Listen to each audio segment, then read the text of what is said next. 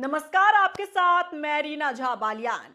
बिहार में अब अपराधियों की खैर नहीं। या तो अपराधी बिहार छोड़ देंगे या फिर अपराध करना छोड़ देंगे। आप बिल्कुल ठीक सुन रहे हैं।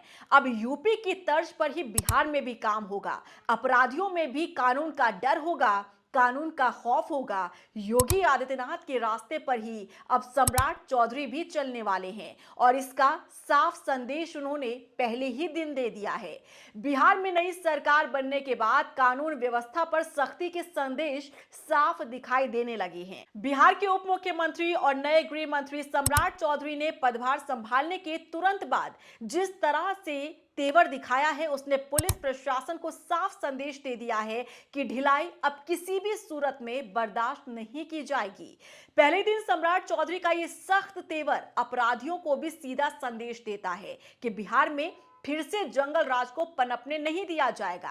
आपको बता दें कि 20 सालों में यह पहली बार ऐसा हुआ है जब बिहार में गृह विभाग की जिम्मेदारी मुख्यमंत्री नीतीश कुमार के हाथों में न जाकर किसी और को दी गई है। उप मुख्यमंत्री सम्राट चौधरी को गृह मंत्री बनाया गया है, जो कई सवाल भी खड़े करता है।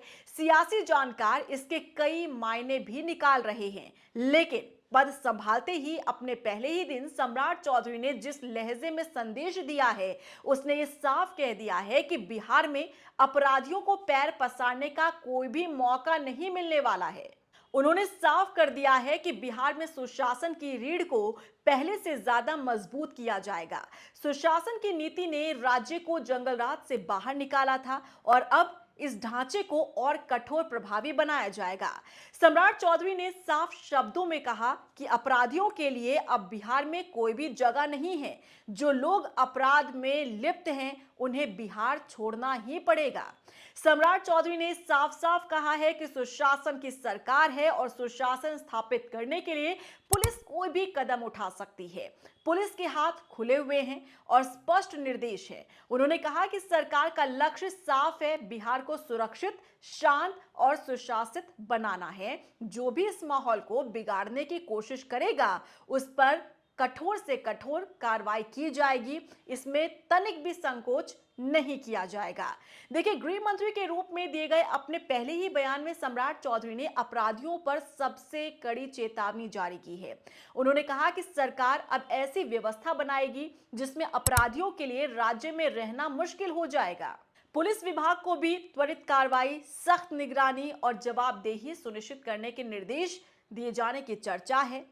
सूत्रों के मुताबिक आने वाले दिनों में संगठित अपराध, रंगदारी, हथियार सप्लाई और पेशेवर गैंग पर विशेष अभियान चलाने की योजना तैयार की जा रही है। बता दें कि सम्राट चौधरी की नियुक्ति को लेकर राजनीतिक गलियारों में भी खूब चर्चा है। प्रशासनिक ढिलाई पर उनका जीरो टॉलरेंस रवैया पहले से ही पहचान बन चुका है और कई बार अपने तेज और स्पष्ट रुख के कारण विरोधी खेमे के निशाने पर भी रहे। लेकिन पार्टी कार्यकर्ताओं का मानना है कि गृह विभाग का प्रभार मिलने के बाद पुलिस प्रशासन में नई ऊर्जा, त्वरित कार्रवाई और सख्त माइंडसेट स्थापित होगा।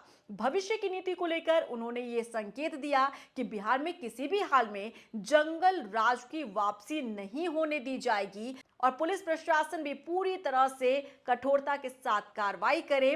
अपराधियों पर किसी तरीके से कोई ढिलाई ना बरती जाए। अपराधियों को प्रदेश में पैर पसारने के लिए कोई भी मौका नहीं दिया जाएगा। इससे साफ हो जाता है कि उत्तर प्रदेश में अपराधियों पर योगी आदित्यनाथ का जिस तरीके से डंडा चला, 2017 में सत्तासीन होने के बाद योगी आदित्यनाथ ने जिस तरीके से काम करना शुरू किया उत्तर प्रदेश में, उसके बाद से देखने के लिए मिल रहा है कि अपराधियों में कानून का डर है, कानून का खौफ है। और ऐसे में अब जब बिहार में चुनाव हुए और नई सरकार बनी, एनडीए सरकार शपथ भी ले चुकी है, गृह विभाग जो है वो उप मुख्यमंत्री के हाथ में जा चुका है और उन्होंने अपने पहले ही दिन जो संदेश दिया है, इससे साफ हो जाता है कि अपराधियों को किसी भी तरह से कोई मौका पैर पसारने का या अपराध को बढ़ावा देने का नहीं दिया जाएगा। पुलिस प्रशासन को भी सख्ती के साथ काम करना होगा। आपको क्या लगता है, बिहार में और कितना परिवर्तन हो सकता है एनडीए की नई सरकार के गठन के बाद और कितनी तेजी से काम होना चाहिए? और क्या आपको वाकई में लगता है कि जंगल राज खत्म हुआ है? क्या अपराधियों में कानून का डर है? क्या खौफ दिखता है? बताइएगा जरूर।